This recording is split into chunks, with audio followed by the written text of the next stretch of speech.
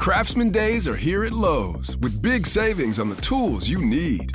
Save $100 on the Craftsman V20 6-tool power tool combo kit, now at $199. No matter what the project is, Craftsman's high-quality, high-performance products empower you to build on.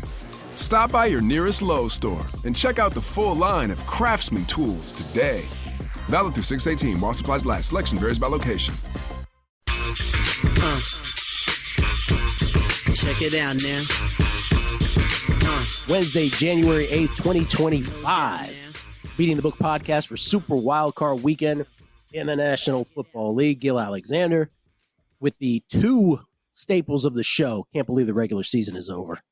That's Will's line, but I really can't believe it. Todd Wishnev, bottom left, I guess, for people, from his mom's Cork Attic outside of Pittsburgh, PA. The star of the Showtime docuseries Action and newly crowned MegaPod handicapping champion, Todd Wishnev. Take your bow, Todd.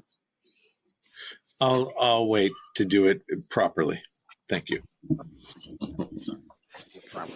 Will Hill in his Vikings colors, although I think it says Los Angeles. Nonetheless, Vikings fan. He knows he's doomed. He feels doomed. Will Hill, everybody, and not the Will Hill, the host of the Shoulda Bet More podcast, and part of the Bear Bets podcast empire at Fox Sports, where he, in the upset of the year, managed to avoid scathing scandal this past week. Well done, Will. So far. What's going on, guys? Love Wildcard Weekend. It is near the top of the list for in terms of the sports calendar. You know, March Madness. You can just pick out your favorite days, your favorite sports. But man, Wildcard Weekend is just about as good as it gets. It is the best weekend, right? We got 2 college football, 1 Thursday night, 1 Friday night semifinals, then 2 NFL games on Saturday, 3 on Sunday, 1 on Monday. It don't get no better than this, I believe, is what the old I'll soundly disagree with both of you. It means the football season is coming to an end, which is a very sad time for all humanity, because we're going to have to wait months and months until it all comes back. A couple of games is very paltry and is not enough, obviously. It's like having like a little, here's your dinner. You're going to get a half a thing of mashed potatoes and like it. Not going to work. I'm sorry. You know, I feel that way after the division round. But we still have 2 more weeks of solid football. But I hear you. After that, the depression sets in. It did hit home when Scott Hansen on the Red Zone Sunday late afternoon says, "We'll see you in September," as he signs off. It's like, wow, September's a long way away. What do you suppose a guy like that does the rest of the year? I was just thinking about that. Does he have another job? Does he anchor some of those shows? Because if not, man, that's a pretty sweet gig. He does WNBA Red Zone. Do you guys not watch WNBA Red Zone? Oh, you're right. He does. Awesome. And now let's go live to the Seattle Storm beating the Washington Mystics.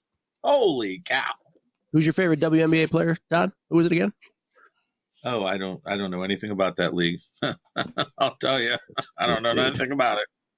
The black box that you see is one of our favorite guests, actually, to be honest with you. He was here early in the year. He's kind enough to do a playoff pod with us as well. Maybe the best NFL Twitter follow there is. He hates when I say that, but he's certainly up there in the conversation. ClevTA, courtesy of the Twitter machine. How you doing, man? You can't see me, but I'm shaking my head no on that one. I'm definitely not the best. I appreciate it, though. It's the best I've looked on video, so. You look spectacular. I appreciate it.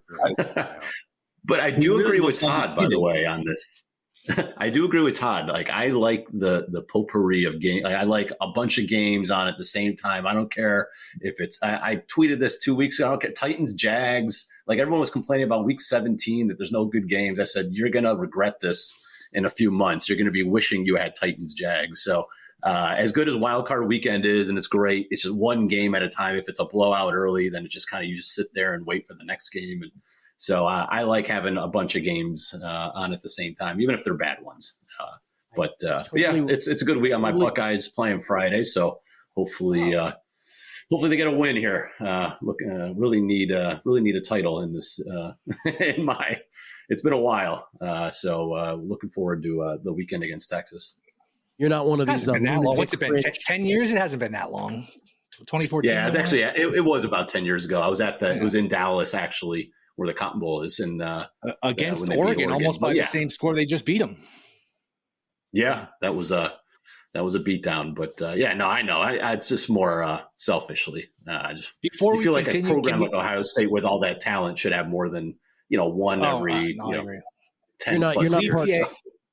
Well, I was just say ClevTA of all of the preseason predictions anyone made, ClevTA's Vikings are a sleeper, and the way he laid it out was about as good as any. So hat tip there. What do you have, Kevin O'Connell? Just got to get Kevin O'Connell home for Coach of the Year to really sweep the board. I'm a little worried about it, but we'll see. Appreciate it. What's your number? What's your number, Cleve? 28-1. 28-1. By the way, I find this thinking ridiculous, but I should probably bring it up. Do you believe that the Vikings getting smacked by the Lions is going to change some voters' votes on that, if you had to guess? Yes, just because that's just human nature of these voters. This is how they think. That's why someone mentioned that to me last week. I said, that's why I love to bet on these awards, because if you just put yourself in the shoes of these voters, you can really kind of isolate what they look for. I use all these historical patterns of the types of, I made fun of the whole Jared Goff MVP stuff because it's like, I know how people vote because we've got a pattern of thinking, and what happens last really matters. Now, I'm not saying it's going to sway all votes. He could still win. I mean, he was a big favorite on FanDuel, I saw last week, but after the game. But you see it on Twitter. You see guys like Adam Schefter and I think Bill Barnwell picked Campbell. That they'll carry the water for these coaches, and a guy like Campbell is very well liked.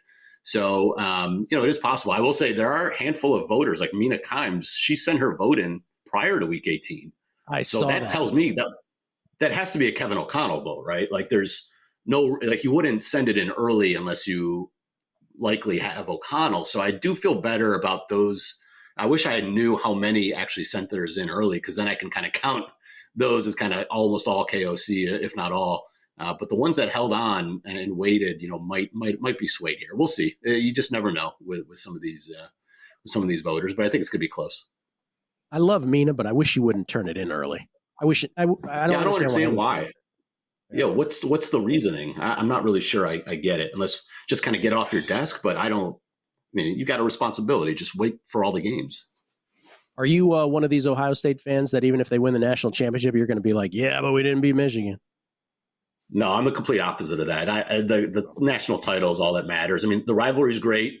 Hate Michigan, but it's different than it was, 10, 20 years ago, or even just a couple of years ago when there's no playoff, because that's all it was. If you lost to Michigan, you couldn't win the title. So they go hand in hand. With the old John Cooper days, he had great rosters. He had Eddie George, Orlando Pace, it's just, on, and he couldn't beat Michigan. And so they would always end up with, one loss or two losses and go to the Citrus Bowl and couldn't win the title. So it was major disappointment back then. But now, okay, it stinks that you lost to them, but you could still win the title. And that should be the ultimate goal. Todd Wishnev, is it time yet to take your bow? Sure, we could talk about that. I don't mind. We can talk about that. I mean, I could talk a little bit more about why Ohio State, who lost to Michigan, is a little bit overrated, I think, at this point, just because of their big win. I think people are sleeping on the fact that Ohio State looked so amazing against Oregon. They're just cruising for a bruising, as my dad used to say. Too much Ohio State love, in my opinion.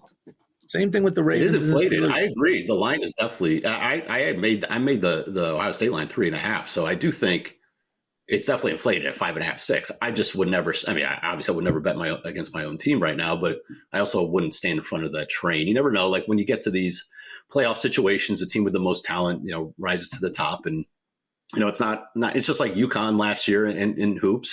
You just don't want to stand in front of that train, even though your season-long numbers might say otherwise. So, they're clearly the most talented team. But Cleve, UConn showed why they were a train. I don't think Ohio State was a train this year. They lost to Michigan, and they weren't that impressive. Everybody's, the Ohio State, they're so great. Oh, that receiver, he's amazing. They're not that great. But UConn wasn't dominant in the regular season last year, if I recall. Like they did have some stumbles. They were good. Well, they were kind of waiting to get to the tournament. So that's the only reason why I said that. But I agree. Like Ohio State definitely has hiccups. And Texas up front, their problem is, up the middle. Their offensive line is an issue with multiple injuries, especially at center. So, that could be an issue. I don't believe in Quinn Ewers, and I think they're going to, they lost twice to Georgia, didn't look great, against the only real defense they faced. So I think this is going to be a tough task. But I agree. I mean, the line's inflated. I just wouldn't stand in front of them. I don't like Sark also. Sark is terrible. All right. Some of us have another podcast to do, Todd. Let's move it along. What's your record? Sorry. Oh, we got to get to other comment. Okay, so let's just talk about the records then. The final records are in, folks. And for the second time in 3 years, if you're scoring at home, the champion and unbelievable picker of the year, that's Big T with a 31-23 record. If you all remembered, going into last week, Gilly needed a 0-2 from me and a 2-0 by him because we were both matched on the Kansas City Chiefs, and there was no cheating, folks. I texted the picks to Willie early. We all texted early. Wink, wink. But it didn't happen. Why didn't it happen? Because I told you it was going to be cold in Pittsburgh. And was it cold in Pittsburgh? It was freezing in Pittsburgh. And an easy winner.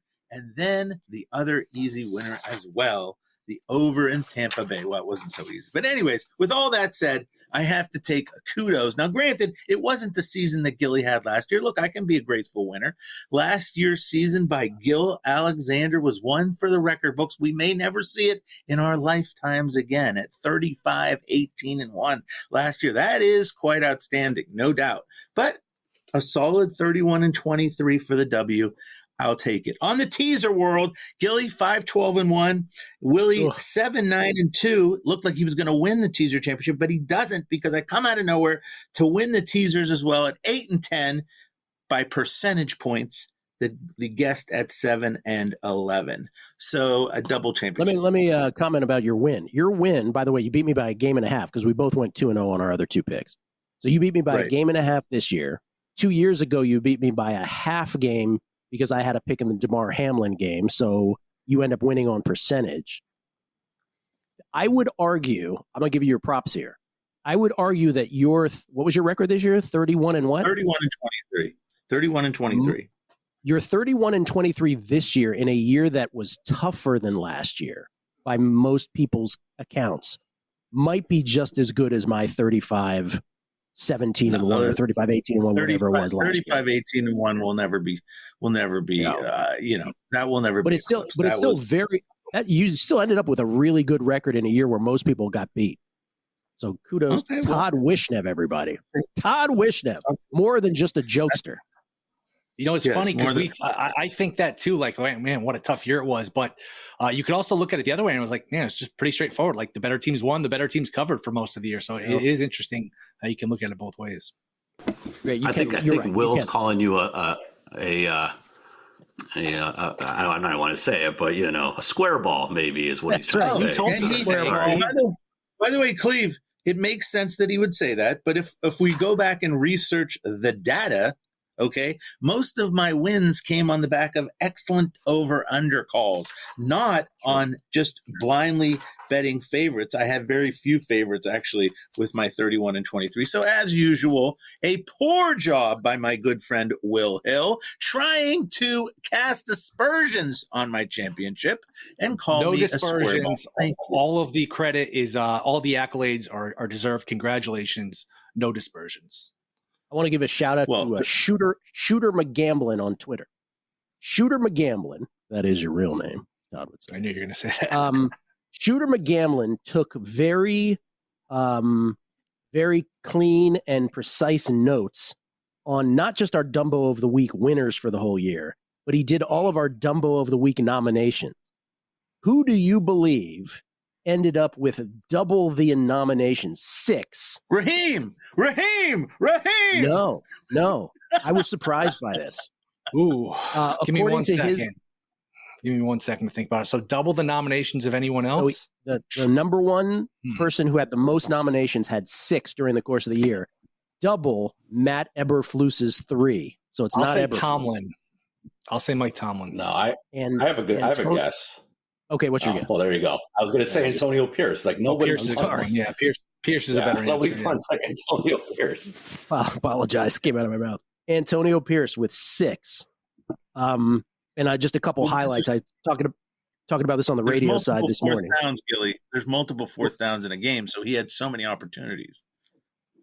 You pick your favorite. Week 1, Raiders 4th and 1 at the Chargers 43, down 6 with 7:15 to go. He decides to punt.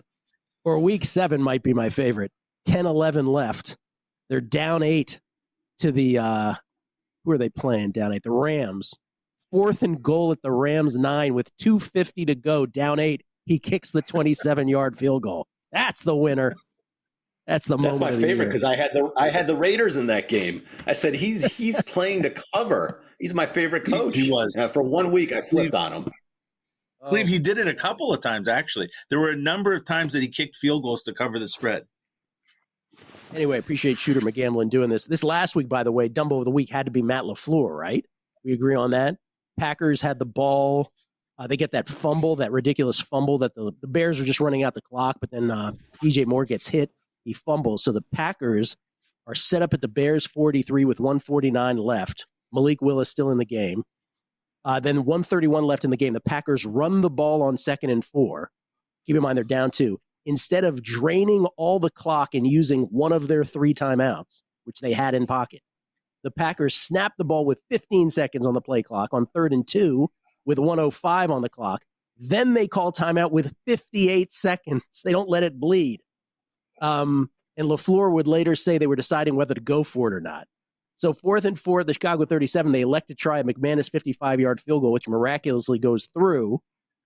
But the Bears get the ball back with 54 seconds left, and Caleb Williams magic ends up getting the Bears in field goal position, and they win. Matt LaFleur, your Dumbo of the Week. I don't think there's a... But that is so obviously horrible that you have to sometimes start to shake your head and go, how is this possible? It doesn't seem possible at this point. Some of these, I remember shaking our heads at something else early in the year. You just like, this can't be for real. You know, it was almost like there was... It's unbelievable. The Pierce thing is unbelievable. Was it when LaFleur threw the ball up 34-0 in the fourth quarter? What was the score in that Saints game? No, that was just that was him being just him being Lane Kiffin LaFleur. But for instance, I'll give you an example. We're watching that bowl game, and on 3 consecutive plays, there's a question of whether a touchdown was scored or not. I think it was the Texas State bowl game, and there was no reviews. There was not a single review. I've watched college football. I watched 8 million games this year. That's an exact number. 8 million games. I have never seen them not review 3 plays in a row that were clearly reviewable, every single one of them. And Gilly was losing his mind because I believe you had Texas State, right, Gilly? And they weren't reviewing the plays.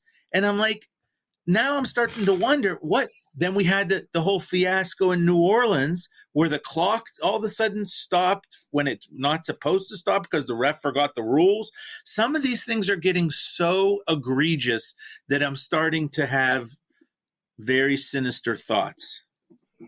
I know what you're getting at. The Texas State thing and the non-reviews was the first time I ever decided maybe those, the rigged crowd, maybe they're not so crazy after all. Like I was like, what the fuck is this? Right? Like, how is this not being reviewed? I was saying on the radio side this morning about, so Mike Vrabel is out there, right? And what's a better job, the Patriots or the Raiders? I was sort of tossing that around, but I got to, if you are a GM or an owner, isn't the only quality, like if you're searching for a new head coach, for me, I don't care if what your X's and O's expertise is. I think you can delegate that. Like I think Rufus said it, the CEO model, not so bad for a head coach. I just want to know that you as the head coach know how to think your way out of in-game situations. And Vrabel has shown that, right? Remember he did he exploited that loophole in the rule where if you take the delay of game, if you're up over 5 minutes left. He used Belichick's trick against him. Belichick wasted it on like a meaningless game against the Jets, and Belichick was smirking. He liked sticking it to the Jets. It was like week 3, they're up 30-0. Meanwhile, Vrabel says, all right, I'll use your trick against you in the playoffs, and it was really effective. That's all I want to know. That's all you need, that you're my coach, and the rest can fall into place. And I think these owners and these GMs outthink themselves past that stuff because of all this shit we see week to week about how dumb, what Todd's talking about, how dumb these guys can be when it comes to just the stuff that we find obvious. But some of it, Gilly, is just dumb. And then there's stuff that you have to start shaking your head. Like there's dumb, and then there's like, come on now. What are you talking about? Seriously? Like this LaFleur thing you're talking. What, he hasn't been at the end of that guy's actually a pretty good coach. He doesn't know when Raheem Morris screws it up, okay, I understand. You're looking at him on the sidelines. He looks like a deer in the headlights, and he doesn't know what he's doing week to week. Same thing with Antonio. But some of these guys are good coaches. And, wasn't there – I don't know. It just – some of this stuff is getting a little too sketchy for me, and I'm starting to wonder. I'm starting to make – look, not all conspiracy theories are true, of course. But if 1 out of 10 of them is, that's still pretty big deal. You know what I mean? I'm not like, what was the answer on the Saints in the Saints game because the ref doesn't know all of a sudden the ref doesn't know the rules with 9 seconds? What are you talking about? We made a mistake. No, you didn't make a mistake. What are you talking about? You never made a mistake. Todd is referring to Jalen McMillan caught a deep pass from Baker Mayfield on a 4th and long. He then mimicked gunfire and they flagged him. No, I wasn't talking about that. I was talking about the Saints game. Oh, yeah, go ahead. Yeah, and so after that play, this is what I think you're talking about. You tell me if I'm wrong. After that, they moved the ball back because of that penalty, and the refs called it 1st and goal from the 24. For like 5 minutes, they couldn't figure out that it was 1st and 10. And we literally, even the announcers like, what's wrong with them? They can't do it. So I wasn't even talking about that, but it's another great example of you don't even know the rules. I was talking about how the guy at the 1 yard line in the Saints Redskins game stopped the clock for 3 or 4 seconds for no reason. I mean, that one to me is so egregiously ridiculous. What is an explanation? We made a mistake. That's not an explanation. What is the explanation? The guy's waving his hands to stop the clock because why? You're not reffing a college game. What is it? Did you think you were reffing a college game? There's not even an explanation given. The bigger thing, and I want to give Will credit because I think Will was the first on text to bring this up, which is someone needs to do an expose on replay assist. Yes.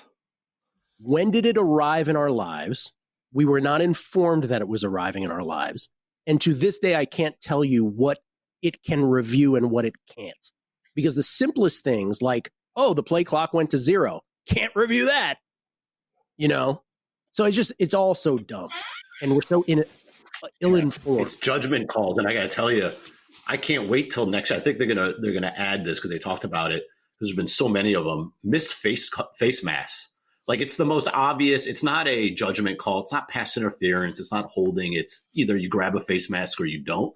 And there's been so many missed face masks that they're going to add it next year. They said to the replay assist because I don't understand that. Like that just makes no sense to me that you can't. You mean the Darnold? Remember Darnold in the end zone against the Rams, and he got his whole face mask completely flipped around, and they couldn't even how do you not just say, all right, that's a face mask, we screwed up. So then again, this week, until they start adding those things, and it's not worth it. This week. Right? That was part of my thing. Everybody's saying, Detroit crushed the Vikings. And they did in the end on the scoreboard. But for 3 quarters, I could have argued, I don't know, this is kind of a confluence of events that have all gone Detroit's way. One of those is the referee category, which is they missed that face mask on Darnold deep in their own territory. And then right after that, the next quarter, the intentional grounding in the end zone, right? There was that, the face mask you bring up as one of them. Then Darnold threw 8 overthrows in the first half. So, good on Detroit for stopping them, but is that going to be sustainable if the same thing happened again? I don't know. I just think there was a lot of stuff. The fact that you come away with only 6 points in 4 red zone appearances. There was more that I listed the other day, but there's a bunch of that. So I don't think it's like all doom and gloom for Vikings fans, not to switch the subject, but you brought it up with the face mask, so it made me think of that. Does Cleve, do you agree with me that we're getting a more WWE-ification? And I'll just give one other example, the Texas-Georgia game where they called pass interference and then announced the penalty, then picked up the flag. I've never seen them announce a penalty and go, oh, whoops, do-over, our fault, my fault. Why? Because the people were throwing things.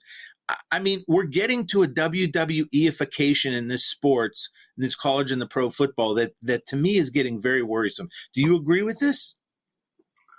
I don't know. I mean, I think there's always been horrible, referee mistakes. I mean, think about the Saints Rams, the pass interference that they didn't call that led to the Rams going to the Super Bowl. Like there are things that you probably don't even think about. But I understand what you're saying. I think there is more pressure on referees because of things like social media and Twitter, and they get death threats now, and obviously with the gambling and player props, like it's just constant flow of that. So it may seem like there is something to that. Just because of all these pressures and all these different forces outside. And maybe you just notice it because you have a bet on a game, or because you bet a player prop or in game or whatever that you might not have had a few years ago. I don't know. I'm not sure I can get to that point because maybe I just don't want to tell myself that we're ever at that point where there's anything shady going on. But, it feels like it's been like this forever. And maybe it's just pointed out more because of social media. And you see anytime there's any major mistake, you see a clip on it right away posted. Maybe in the past you might not have. So that could be skewing things. And some jackass he told you gets you're on full the of radio. shit, Todd. That's what I'm going to translate that. Todd, you're full of shit. Okay. How many times? No, I mean, I get it. I get it. It's just that I feel like it's been like there's been some horrible calls in the past too that, like I said, maybe we just didn't see the light of day because there was no Twitter or it wasn't blasted on social media as much. But you might be Really, right. I don't know. Like I said, I'm just blind to it because I don't want it to be like that. How many times has Todd brought up that one play where they picked up the flag in that Alabama game? He likes that one. Texas, Georgia. I think Texas, Georgia. Yeah. Never happened. It has never happened in the history of sports that a penalty, not we picked up the flag. That's happened a million times. Announce the flag, announce the penalty. It's a penalty. The guy gets up. He goes, "Oh, first down," the whole thing, and then have a talk about it and decide to pick up. I've never seen it. It's never happened. I've watched every single game. It has never happened. He's got the left arm. I think to summarize Todd's point in a different way, we all watch a lot of games. I don't know if anyone watches more games than Todd. If you watch a lot of games, man, you'll see some strange shit. Refs, calls, game theory, and you name it. You see a lot of stuff. I'm with you, Todd. Texas State, North Texas, the most inexplicable thing we've seen all year. The single most.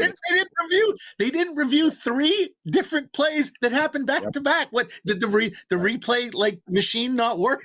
What the hell is going on? And nobody cared. Nobody cared because it was like, okay, it's just some stupid bowl that nobody. Well, I cared about it too, but I'm just saying. Anyways. All right, are we at the records, or do you have an in game you wanted to say? We did the records. Bets. I mean, I have nothing to say about my in-game other than maybe it's a bad idea to bet these teams that are winning by a lot to not score anymore. When I lost to Tanner, McKee, and Trubisky last week, so I didn't make that mistake again this week because that's another thing that's, I guess, been changing. Gilly kept telling me, well, it's changing. Teams are running up the score and stuff, so we're getting a running up the scorification that never used to happen as well. But I don't really have any great in-game insights. Do you not remember the 2007 Patriots? Does nobody remember the 2007 Patriots? Yeah, we do, but it happened early in the fourth quarter. But anyways. He did a whole deep dive on it. I went all the way back to football. One last thing before we get to the bets. And by the way, it's only 2 bets per weekend. Yeah. 2 bets for Super Wildcard Weekend per person, plus your teaser. This has nothing to do with betting, but I need to know because my head was exploding. And TA, maybe you can help me out on this. The Browns get, by the way, that's another thing. But the Ravens covering that 20-point spread was just amazing. And if you were on the Browns side, you were probably pissed about it. But because you and that was a great example of exactly what I was just talking about. In the old days, that would never happen. Never happened. But the Braves, the Browns, the drive they scored the touchdown on, you will remember. There was a play earlier in the drive where it appeared that Jamari Thrash of the Browns, scored a touchdown earlier in that drive. Didn't end up mattering. Even the touchdown didn't end up mattering. Remember, he seemingly caught the ball before he got into the end zone. He crossed the plane, and then he got the ball knocked out of his hands. Okay. Right. I lost my mind because I have watched 5 bajillion NFL football. And I get their explanation. Their explanation is, you have to carry it through. You have to carry it through the catch. You have to survive the ground, whatever it is. When has that ever been the case through the plane of the goal line? When? I have literally had conversations with Mike Carey former NFL referee, in person talking about this thing. And even he's like, yeah, I know it doesn't make sense. Because as Todd pointed out, if you're 6 yards in the end zone, you catch the ball and someone bats it out of your hand before you establish or make whatever it is, that's not a catch. We all get that. But there's this magic powder of the plane that they always, in a very inconsistent way are like, well, no, but you cross the plane. Doesn't matter what happens afterwards. And suddenly this wasn't a touchdown. Am I wrong about this, TA? No, I agree. The whole end zone situation is so weird. It's so different than the rest of the field because like you said, once you cross the plane, it doesn't matter what happens the moment you cross the plane. As long as you get over it, this should be a touchdown. And so he did have possession and he went forward, and then he lost possession after he crossed the line. So I wasn't sure I understood that one either. But I'm with you. I mean, what was the Dez Bryant situation against the Packers in the playoff game? Wasn't that something similar where I don't think it involved. Was he in the end zone or was that in the field of play? I'm trying to remember. Field of play, but he went to the ground. Yeah. Yeah. But there was the famous one. I don't understand that. Redskins Tampa Bay, there was a famous one, I think Phil Simms' kid to somebody in the back of the end zone. He caught it in the end zone and then he didn't survive the ground. That was but that's not really what you're talking about. You're saying that if you catch the ball in the end zone and you don't survive the ground, okay, no problem, go back, you didn't do it. Now you're saying a whole different thing, which is catch the ball or supposedly catch the ball at the 1 or 2 yard line and not complete. Because, for instance, what would you say if the guy caught it at the 3, did the exact same thing, fell down at the 1, he didn't break the plane, right, and didn't survive the ground? You would say incomplete, right? Incomplete. That's what you would say. Right. But I'll give you the a precedent for it because you're right about the Tampa Bay Washington. No, I'm not disagreeing. By the way, I'm not disagreeing. You're making a great point. Todd, let me finish the fucking thought. You didn't let me finish. Jesus. You're right about the Tampa Bay Washington game, which was the Sean Taylor spit game, right? And I think it was Bert Emanuel. Bert Emanuel was who was the guy, the receiver. But we had the Calvin Johnson precedent before that. We were like, oh no, that's not a catch. In the Super Bowl, the New Orleans Indianapolis Super Bowl, Drew Brees threw a 2-point conversion to Lance Moore. Lance Moore caught the ball outside of the end zone, turned, crossed the plane, and then as he crossed back out of it, got the ball knocked out of his hand. They said 2-point conversion counts. How was this different? No, I'm not arguing with you. I'm just saying. No, I know you're not. I'm just saying those are the precedents. That play happened so I don't think that's the only time you can come up with them because you really don't see it that often. Because remember, it has to happen exactly this way, where the guy catches it barely outside the end zone, then didn't survive the ground out in the out of bounds outside the end zone. It's such a weird play that rarely happens that we don't even remember any other than that one you just brought up, which is a great bring up. But The Bert Emanuel was the ball can hit the ground as long as you have control over it, which was not ruled that way at the time. And then actually put the 2000 Rams in the Super Bowl. And what was the final score that game? 13-8 or some weird baseball score. I can look it up. But that was hey, the ball can touch the ground. It used to be if the ball touches the ground at all on a pass, incomplete, automatic. Now the rule is if you have control over it, it can touch the ground. I believe I have that right. Yeah. It's I don't know. One of these playoff games, something's going to happen. We're all going to be like, really? That's that now? Anyway. I just find it amazing we can watch 5 billion games and we still have no idea what's a catch. What is a catch? In the MegaPod 3 years ago, there was never a case where somebody picked a game where a guy almost died from a heart attack and didn't get a win or a loss, so he had one less pick. So we went to the MegaPod rules. It's very simple. It clearly states that percentage wins, and we had an answer because we are sane humans, whereas the rest of the world has completely lost its mind, including the National Football League. You guys want to guess what that score was? NFC Championship game 2000? 13-8. You were correct. 13-9. Nope. We could be here all day. I don't think anyone's going to get it. 13-11. It was 5. Did they have 5? It was 11-5, I think. Nope. What was it? 11-6. I would never have gotten that. 11-6. That wasn't the game I was talking about. It wasn't the game I was talking about. I was talking about a game with Phil Simms' Phil Simms at Tampa, and he threw a touchdown in the back of the end zone. Again, that's the one you're talking about, Gilly, and that's one that had all the controversy, and that kind of led to a whole new thing along with the whole Des Bryant thing. So I remember, though, because of the Calvin Johnson thing, I remember saying at the time, I was like, that's not a catch, because I was a Skins fan watching, hoping desperately it wasn't, but I was like, that's not a catch because of Calvin Johnson. That's the last playoff game the Washington Redskins franchise has won. It's the last playoff game the Skins have won. Gibbs 2.0. Gibbs 2.0, I believe it was Brunell. Was it Brunell? And they played decently. I remember they almost covered against Seattle the next week. I was in high school. And I think like Santana Moss dropped a touchdown late that would have covered for him, and Seattle ended up winning. That was the Seattle team that went to the Super Bowl. But they played Seattle pretty tough the next week. But man, 20 years. Jeez. Dude. Or almost 20 years. Amazing. Yeah. What a time to be a Skins fan. You thought we had a death sentence with the worst owner alive, and now Jaden Daniels has turned everything around. All right, 2 best bets, side or total. TA, we start with your first. Yeah, so I took this, it was a little bit higher, but I like the Washington Tampa. Speaking of Washington Tampa under. I think it's at 50, right? Is that the number we're at here? What do you guys have? I have 49.5 and 50.5. What do you guys have?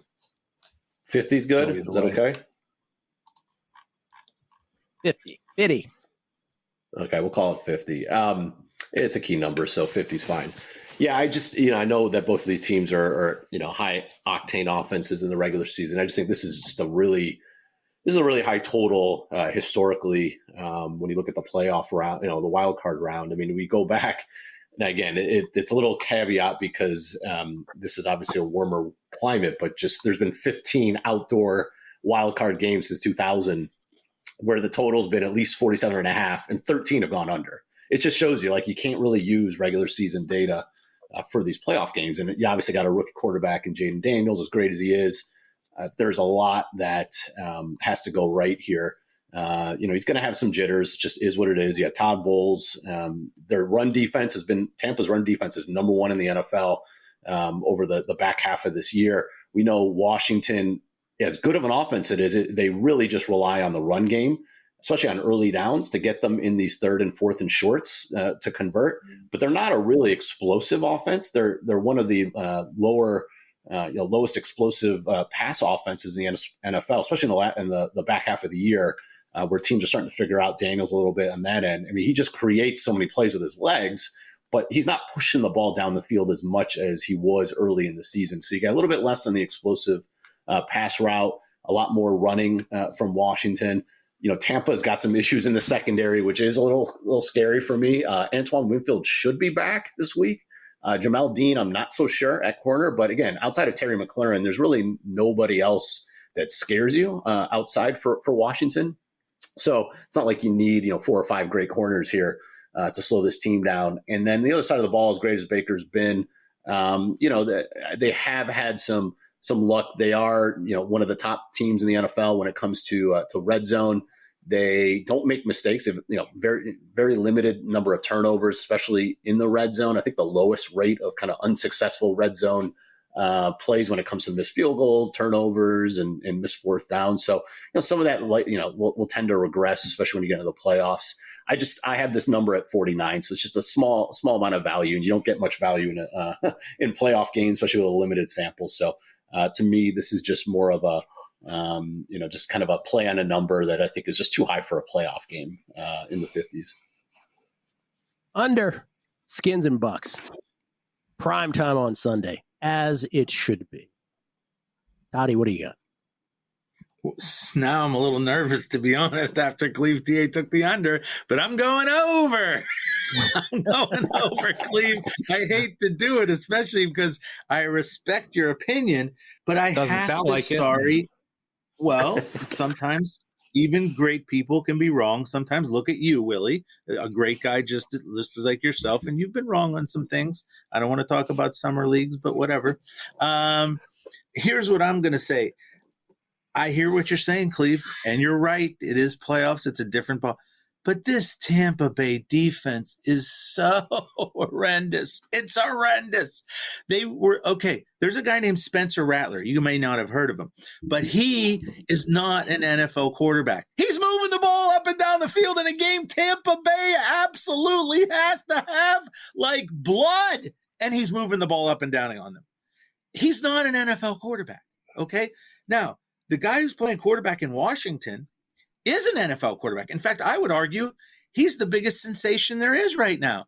The guy, first of all, if he's not throwing as well as he did earlier in the year, we'll all grant you that since the injury has been said.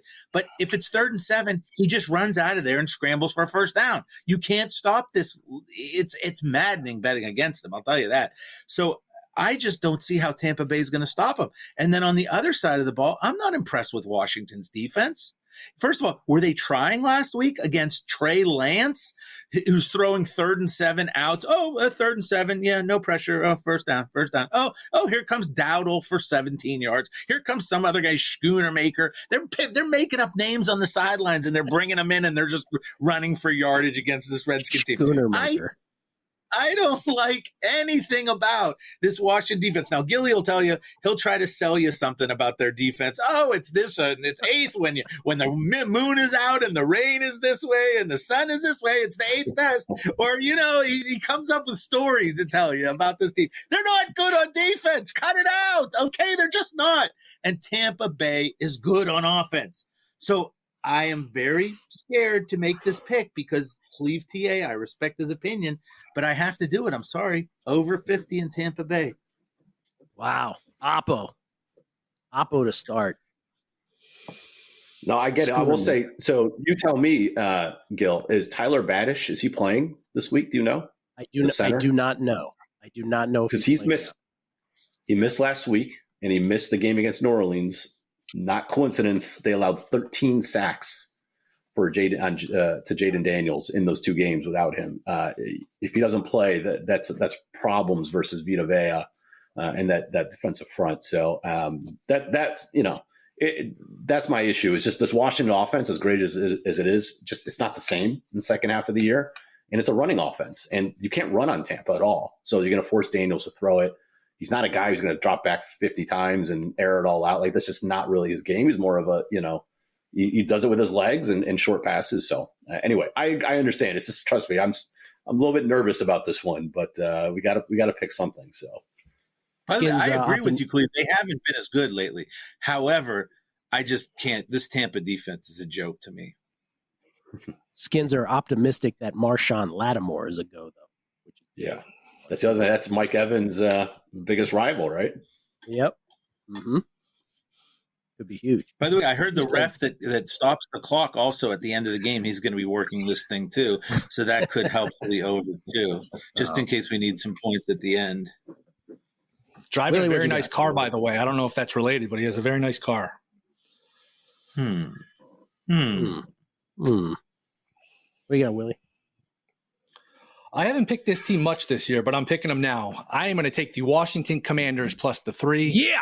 I just don't believe that Tampa is much better than them. I don't know that they're better than them at all. I know Aaron Schatz has his DVOA where he's got Washington ahead of Tampa. I do buy into some of Gilly's. You could call it propaganda. That's maybe not the worst word. I don't think their defense is that bad. I think Daniels is a star. All I said was they're middling. They're not as horrific as Todd makes them out to be. And I don't think that's what you said. I think what you said is, well, on November 27th, when it's a Wednesday and the sun comes up before 7 o'clock in the morning, they're 7th against the run on those type of days. So that clearly makes a difference, according to DVOA. I just like the points here. I think these teams are relatively even. I think Daniels is a star. I don't think the Washington defense is that bad. And look at New Orleans. Look at Tampa recently. Life and death with New Orleans. Could have easily lost that game. Okay, Washington was too a few weeks ago, but they lost to Dallas and Cooper Rush on that Sunday night.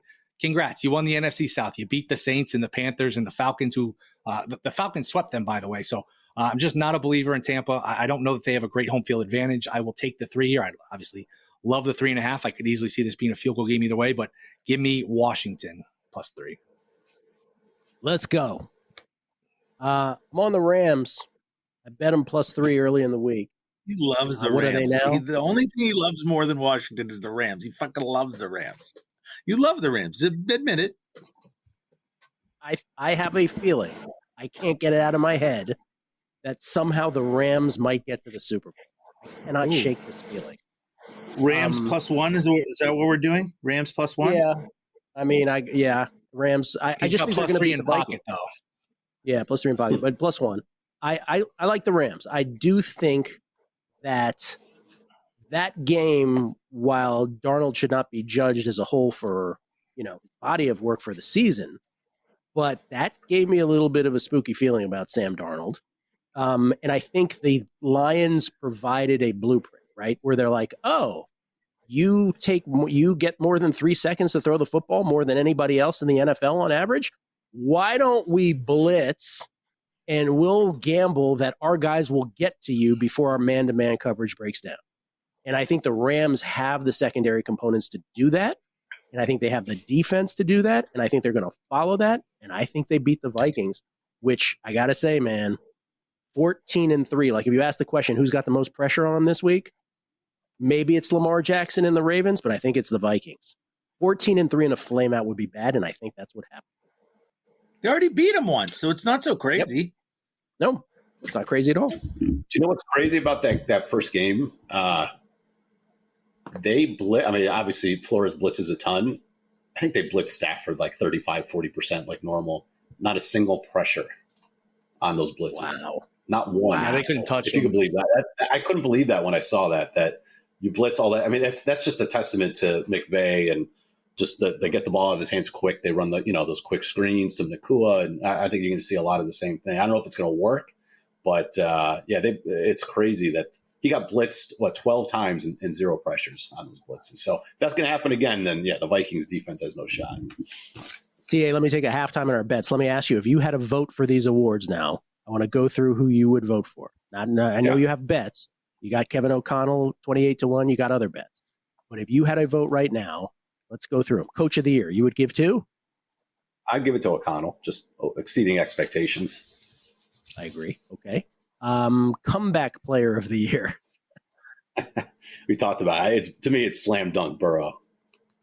I don't think I got to tell you. So real quick, can I just mention one thing? Because I heard you had Jonathan on, and he was making the case about kind of the other circumstances with Darnold, with the award. Oh, JVT, Jonathan Von Tobel, yeah. JVT, yeah. And I was going to rip my hair out because he asked me the same thing on Twitter. And I said, well, to me, like, they leave that open for interpretation. But like, I just think a baseline for that is, okay, let's say, God forbid, something like a Shavarius Ward with his daughter, right, passing away unexpectedly. You miss maybe half a season, something like that, or your wife or daughter has an illness and you have to take time away and you miss a season, something like that. To me, that's what that means. And when you come back from something, that means you had to have already established something. You had to have already been good to come back to it, right? So you're already good, you get hurt or you're bad, and then you come back to being good again. If Carson Wentz signs with the team next year and has a Darnold season, he should win Comeback Player of the Year because he didn't come back from sucking. He was already good, had some down years, and then came back. Never good. What is he coming back from? Just being on the bench? That's what I don't understand.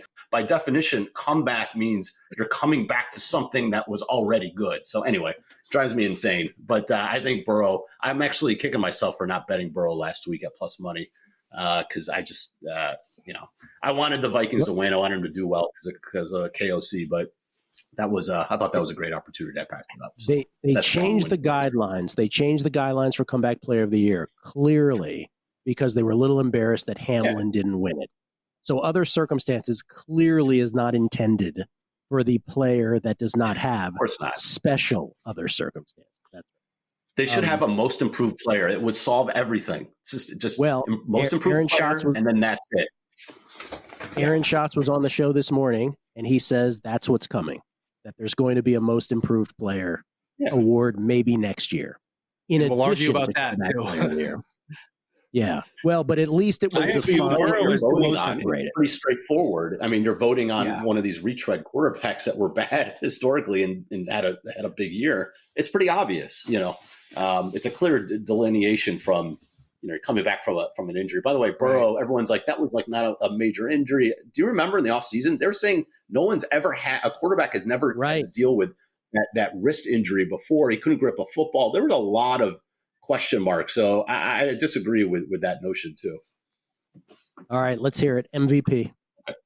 Wait, before you go to MVP, don't you have to say that Joe Burrow, before he goes to MVP, don't you have to say that the Joe Burrow comeback was the greatest comeback in the history of the National Football League, eclipsing Nat Moore in 1987 from the DVOA statistics?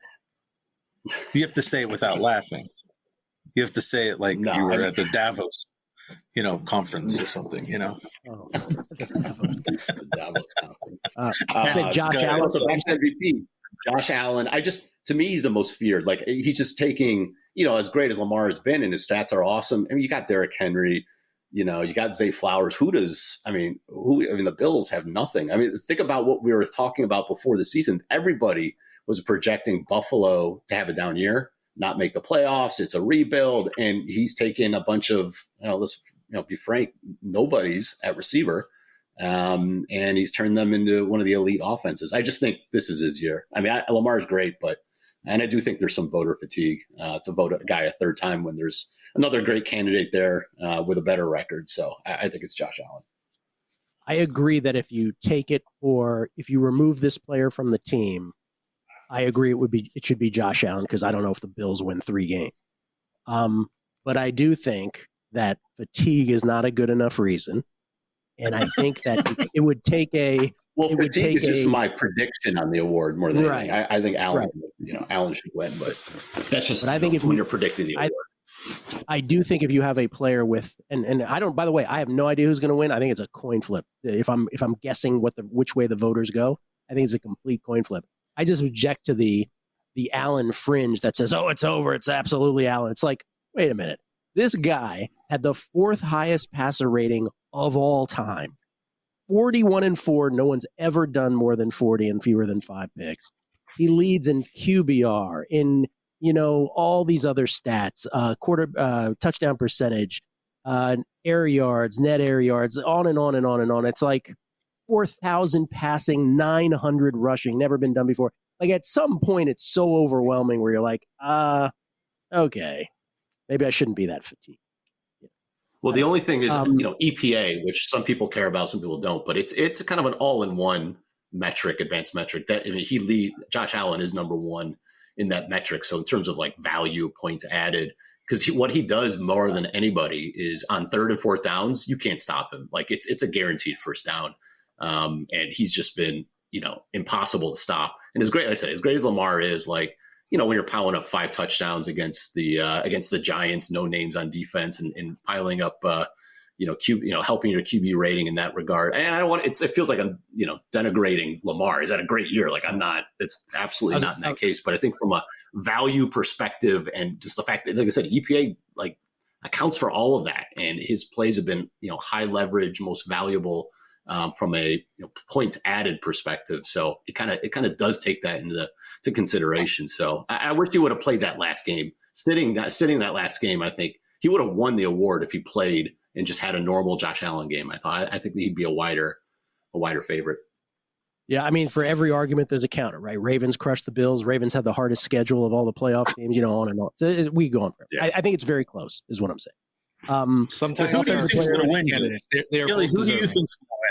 I don't know. I have no idea who's going to win. The only thing I know is that if you had to, be minus. If you had to bet right now, the only thing I know is that minus 490 should not be the price on Josh Allen. That's all. Well, that's too. But I have no idea who's going to win. No idea who's going to win. Should be more. Like Terry McLaurin getting overlooked in this debate.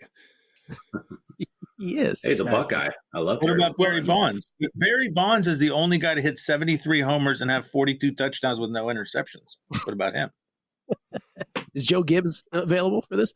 You know what the voters had to do? The voters this year had to go 5 spots for every one of these awards. So they literally had to write in 5 comeback player of the year candidates. Why do we need it?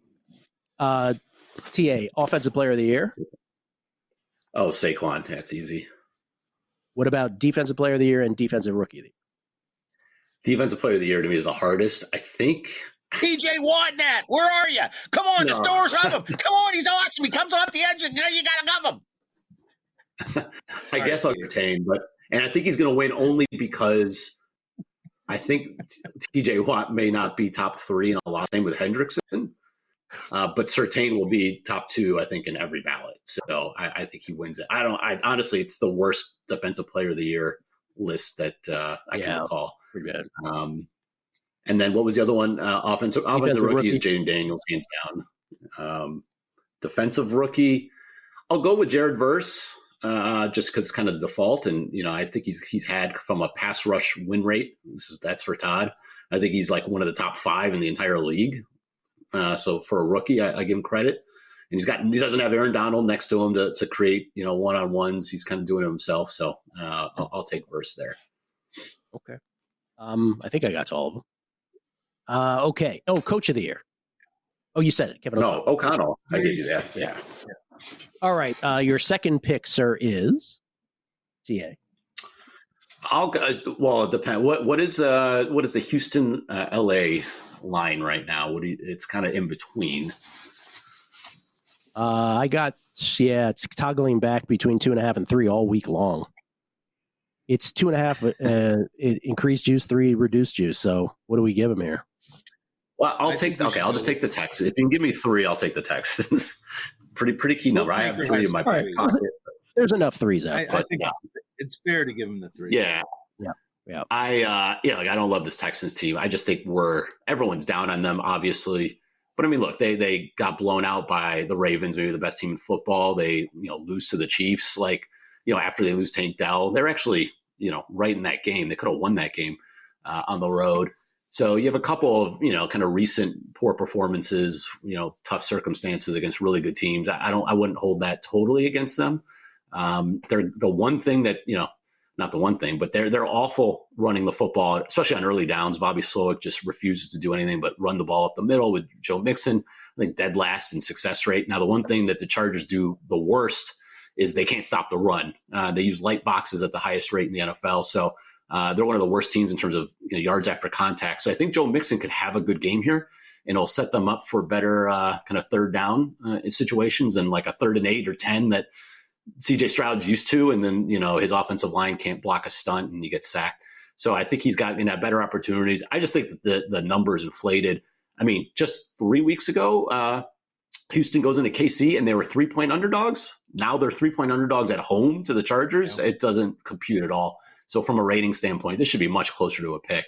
So I think and home dogs, I don't want to use historical trends, but they are money in the bank in the wild card round, like almost 70% in the last 25 years. We see it every year where these kind of short home dogs that no one wants to touch ends up either covering or just winning outright. So I just think with the 3, Houston makes a lot of sense here.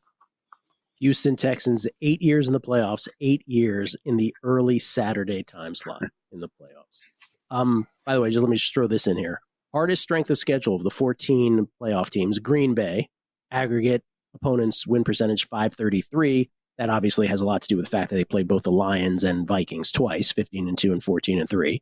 Easiest strength of schedule, when all is said and done, Washington, 436. That's schedule.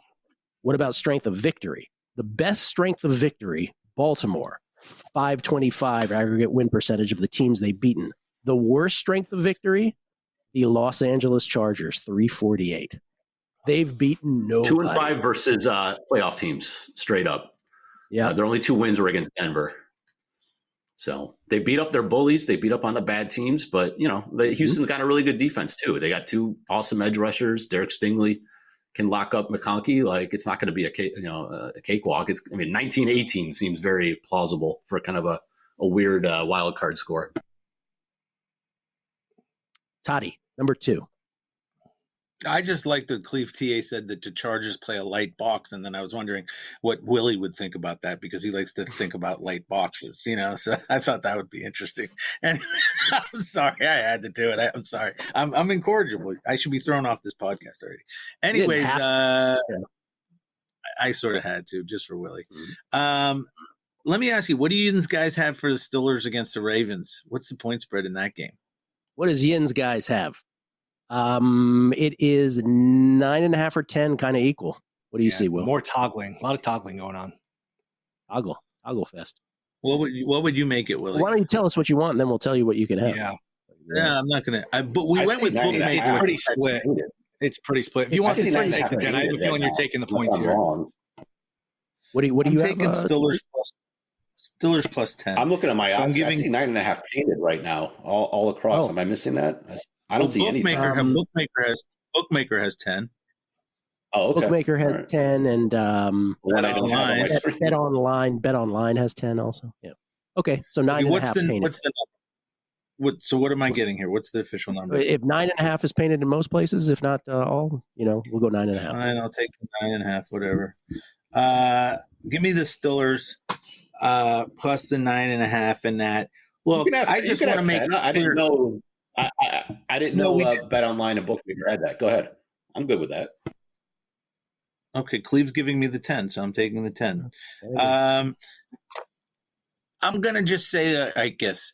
The Pittsburgh Steelers, there was a famous coach Jens might have heard of down there in Cardinal land, Dennis Green. He used to say that Arizona Cardinals the Bears are who we thought they were. You remember that, the whole deal? Well, look, the Steelers are who we thought they were. You can't blame Tomlin for his own success. If you walked into this season and you said the Steelers were going to be 10-3, people would say you're on heroin. The Steelers aren't going to be 10-3, okay? It's just not going to happen. But he did some magic like he always does. He wins with Duck Hodges sometimes. He does crazy stuff. He got it to 10-3. Then the schedule started. That was the preseason. Then we got into the regular season against rural teams. You play the Eagles. You play the Baltimore Ravens in that. You play, it doesn't matter if you play down at Acrisure. If it's freezing cold, we can't catch the ball, we got Pickens. He's not doing nothing. The bottom line is now you play real teams and you get beat. Okay, I understand. Nothing's changed. Can we stop with Tomlin's a genius in the first 13 weeks and now he's an idiot in the last 4 weeks? No. If I would told Jens before the season they're going to be 10-3 after 13 games, Jens all would have said Coach of the Year. They don't even have a quarterback. Russell Wilson, 800 years old. Justin Fields, I don't know what he does besides go back and run. It's ridiculous. Okay, here's the deal. Steelers plus 10. It's too many. Even remember, every Ravens-Steelers game before the last one is a 2 or 3 point game. I think we talked about that ad nauseum on the Megapod about how every single game is a 3 point game going back even if you ask Aaron Schatz, what was the score of the Ravens game against the Steelers in 1927? He goes, that was the third best of all time, played in 1927. The score was 1916. So one time the Steelers get blown out. And by the way, they didn't even really get blown out. It was 24-17 or it was 31-25. I forget exactly what the score was. And then I said Ravens under 3.5 more. And then Willie texted back, I don't agree with that pick. And of course it was a pick 6. So he laughs at my stupid bet. Thank you, Willie. I don't like that. The bottom line is he goes, I don't like that pick. Yeah, well, good. Yeah, I don't like it either now. So the point is, though, it was a 7 point game. Even in the blowout, it was a 7 point game with 13 minutes left in the game. So now you're going to tell me that the Pittsburgh Steelers, who have lost the last 4, and they should have lost the last 4, you're telling me they can't stay within 10 of the Ravens? Come on now. You're going too far. 10 is just too much. And look, I'm the first one to go down to Acrisure and tell you that it's a big problem. We got problems all over the ball. But 10 points in a Steeler Raven game, you're getting crazy. It's too much. Steelers plus 10. I'm getting this just to, this would be such a Todd moment where he goes, wait, what am I hearing? What am I hearing? Do you guys agree with me, or am I totally off my rocker here? It's a lot. Yeah, it's probably too many, but I'm not cutting in line to bet that team the way they're playing. But I get your premise. It is. I mean, look, they played 3 weeks ago, and it was 6.5, 7. So yes, I get it. Yeah. That's I guess 7.5 based on that line that Will's talking about. But 10 seems like a lot. Though there is the looming specter of the Mike Tomlin concession punt. So you know how that goes. But somehow he found a way to cover last week. Is George Pickens like? Is he sabotaging that offense? What is he doing? I've never seen someone have such a bad game that he had last week. He was horrible Saturday night. He was terrible. Horrible. He has a little bit of nothing else. Pickens was very upset that he was getting charged over $100 to park his car down there at Acrisure, and that's what he was really upset about. Down there at Acrisure. Willie. I'm with you, Gilly. I like the Rams here. I just think it's a tough spot for the Vikings. I think it's very similar to the middle of the regular season where the Vikings played the Lions, tough physical game, then had to turn around and play the Rams, and it didn't go well.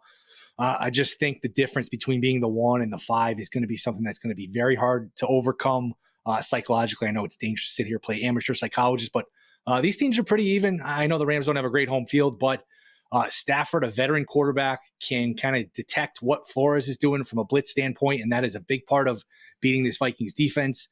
In that first matchup, he had 9 incompletions and 4 touchdown passes. He carved Minnesota up. Darnold, if 10% of that performance carries over to this week, they're cooked. I just think this is a bad spot for Minnesota. And teams have not done well the week after facing Detroit, which makes sense. Tough physical game takes its toll on you. The endless wings with Applebee's, those can fill you up pretty quickly. Rams are going to be moving on here, I think. And I am going to piggyback on Cleve's take on the Texans. Houston Texans +3. A lot based on what I was talking about, strength of victory. The Chargers have beaten nobody. And I do think that as bad as Houston's form has been, I think they're getting a little bit disrespected here. Home dog, first playoff game. You do a lot worse long-term, not betting on that kind of thing. I think that's the way to go. Houston +3 is the play for me. Number 2. I forgot to mention the Chargers are on. This is a 3rd straight road game. Yes, that is correct as well. That matters, especially for a West Coast team. I mean, it's not even all the way to. They went all the way to New England, back. Obviously the Vegas is not very far, but now you got to go to Texas. It's not and it's a short week too. You're playing one less day on your 3rd straight road game. Not a good spot here. It's also the Chargers appear to be a game scripty team. I don't necessarily have the evidence to back that up, but it feels like they're obviously everybody's different when you're ahead or behind. But for them in particular, I think they can afford to play their style of football when ahead. But if they fall down in a game, if they fall behind, I think they sort of lose character at that point. And so I like the Texans plus the points. Give me the points. Teaser, which I have sucked royally on this year. But I think there might be. It's not really fair to criticize the playoff teasers because you have so few games to pick from.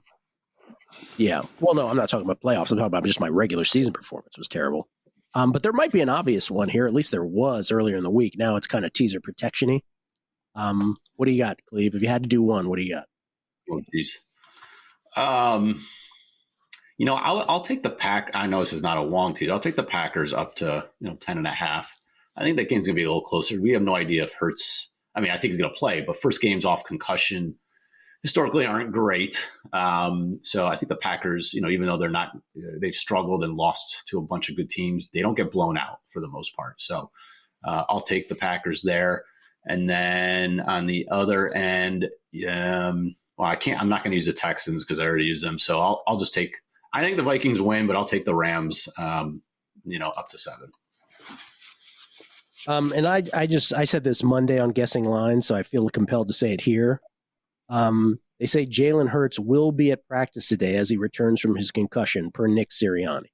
So they expect Jalen Hurts at practice, which to me was just sort of being glossed over. Everyone's like, yeah, he's playing. It appears that he will play. Jason Weingarten made the point, yeah, even if he does play, he's still coming off a concussion. We're sure he's going to be all there. And I think that does need to be said by somebody where it's like, we shouldn't really assume. So anyway, it looks like Jalen Hurts is a go for that game. What did you especially if you have with? The nefarious? I was going to say, especially if you have the nefarious belief that he's not really good to go, but they're going to sneak him through because it's a playoff game. Well, that's not going to go well if that's the case. I've thought about that too. What was it? Green Bay with who? Was it TA? Rams. I had the Rams. Okay. Because it gets it to 7, right? Patty. I think Cleve just talked me into Green Bay plus 10.5 too. I kind of don't see them getting blown out. So I'll go with Green Bay plus 10.5 too. And just to be different, I'll go with the Commandeers plus 9. I don't see the Tampa Bay beating anybody. By the way, this is the same Tampa Bay team that almost lost to the Cowboys a couple weeks ago and was losing 16. Oh, they did. Oh, right. They lost to the Cowboys. Right. Tampa lost to the Cowboys. Yeah. Yes. Right. They lost to the Cowboys, and then they were losing 16-6 to a guy named Spencer Rattler. This is not a great team. Maybe you haven't heard of him before, as Todd would say. Maybe you haven't heard of Mr. Rattler, but he was nondescript at Oklahoma as well. By the way, the Bucs deserve to lose. Maybe I'm on an island. That whole Mike Evans charade at the end. I totally agree. The fact that your playoff lives are at stake and you're running some bogus, swing pass. It could have been tipped the line and picks. Like you just, I don't care if it's a 1% chance. Like, what are you doing? And it's such a manufactured way for a milestone that like no one's going to even remember in a week. Like, I don't know. The whole thing rubbed me the wrong way. I just that thing bothered me. So again, people attack me on Twitter for having that opinion. So maybe I'm on an island.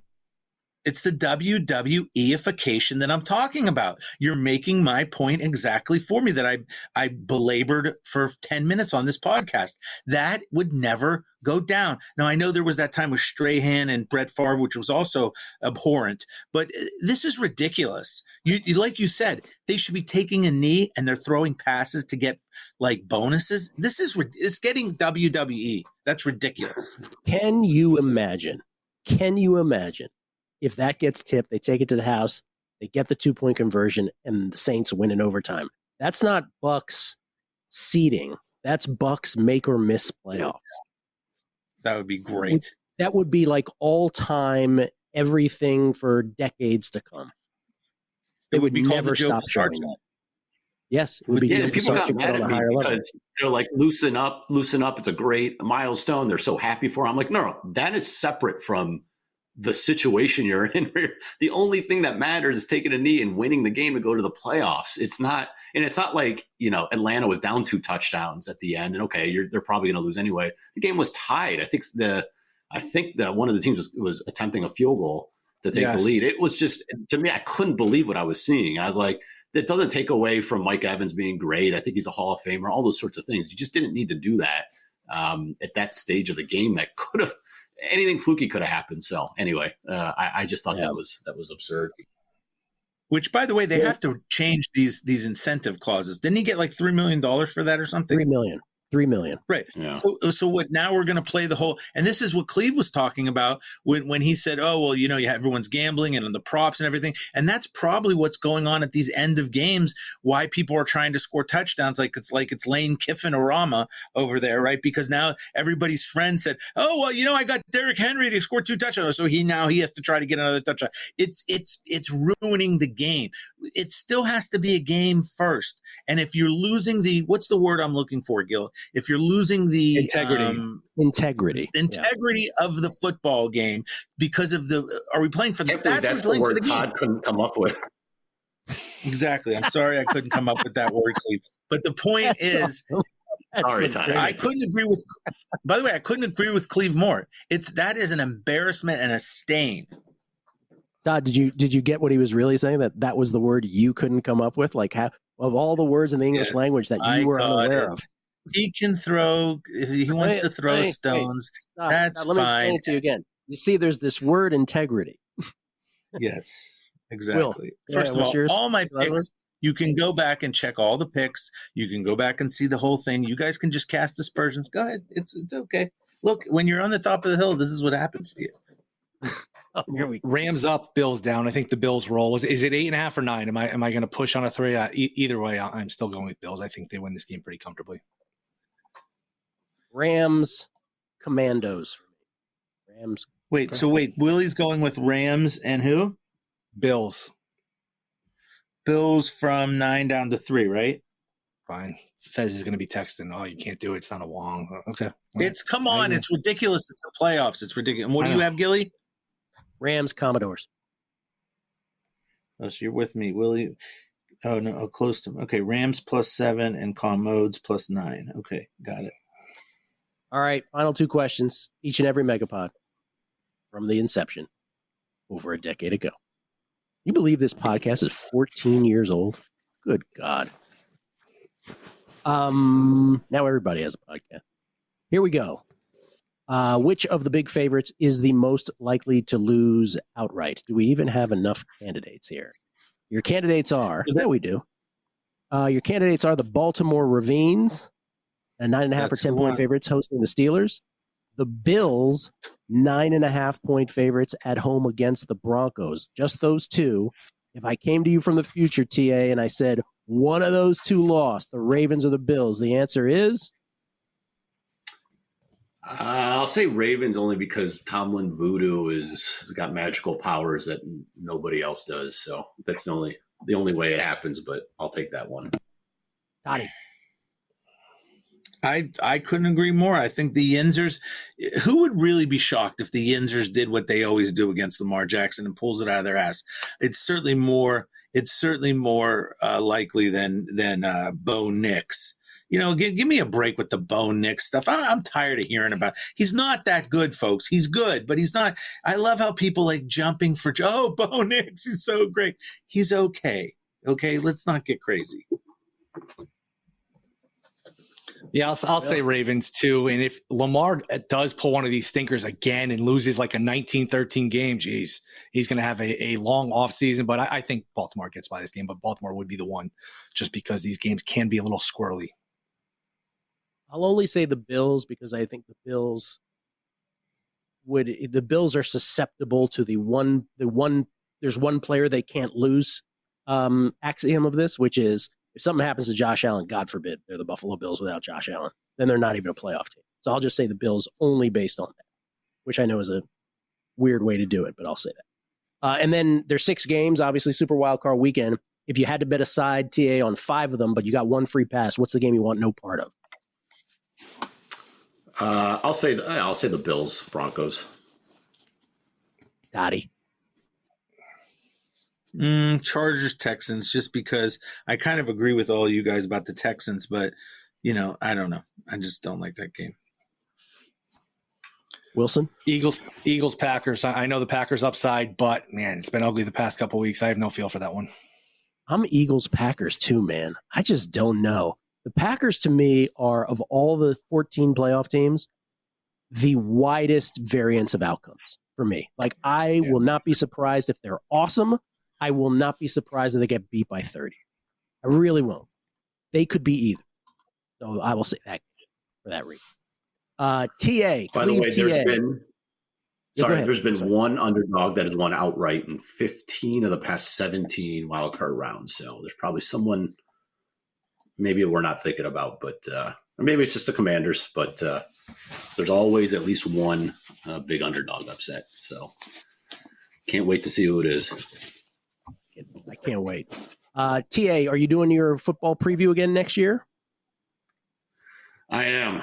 It's been helping for the future side of things. So didn't help me in season, but it helped me prior to the season get to some good future. So I'm kind of obligated now to keep doing it as long as I can. And I'll have a modified playoff preview by tonight or tomorrow morning too. Oh. Not to the extent of the preseason, but just kind of a one pager on each team with some nuggets and some season long stats for. I'll send out over Twitter as well. So look for that. All right. That's CLEVTA on Twitter at cleveanalytics.com. That's up and running as well, right? With all your stuff. Yeah. Just kind of breakdown of every game and, the DFS information in there, a bunch of tools and stuff. So check it out if interested. Dude, so appreciate it. Will Hill, not the Will Hill on Twitter. Should have bet more podcast. Who's your latest guest, Will? Brad Powers today. Aaron Schatz coming up on Friday. I didn't know you had him on a numbers game. I was supposed to have him on last week. He didn't have Powers, so I apologize for stepping on your guests. But no. check it out. By the way, let me just tell you, I hope you have more luck getting out because, he's a voter. The ground rules were kind of like, he's not going to tell me who he voted for. We're just going to talk around it. He'd be a good mobster, man. You're not getting anything out of him. Yeah. It was interesting nonetheless. And then Todd Wishnev, at T Wishnev on Twitter, star of the Showtime docuseries Action, who is still accepting college basketball people. Yes? No? Yeah, but I just don't get around to putting them in. But one day I'll get motivated and I'll put everybody in. But, is Drew Dinsick going to be able to do his megapod? Because it seems like Los Angeles is burning down. Drew is doing the Australian Open pre-draw with me in a half hour, but he is very busy with other stuff. And other stuff, I don't know, might include that. We had Jason on. Jason lives in Glendale. He was like touch and go for a little bit. He's fine, though. So I don't know what Glendale's Drew's pretty in Long close Beach. to that Pasadena. Glendale's pretty close to the Pasadena fire. Yeah. He'll be fine in Long Beach. Yeah, he's fine in Long Beach. Man, that is some terrible. That is some scary stuff. All right. Check me out. Numbers game, 10 to noon Eastern, Monday through Friday on VSiN. Good luck with all your Super Wildcard Weekend bets. Thanks for listening.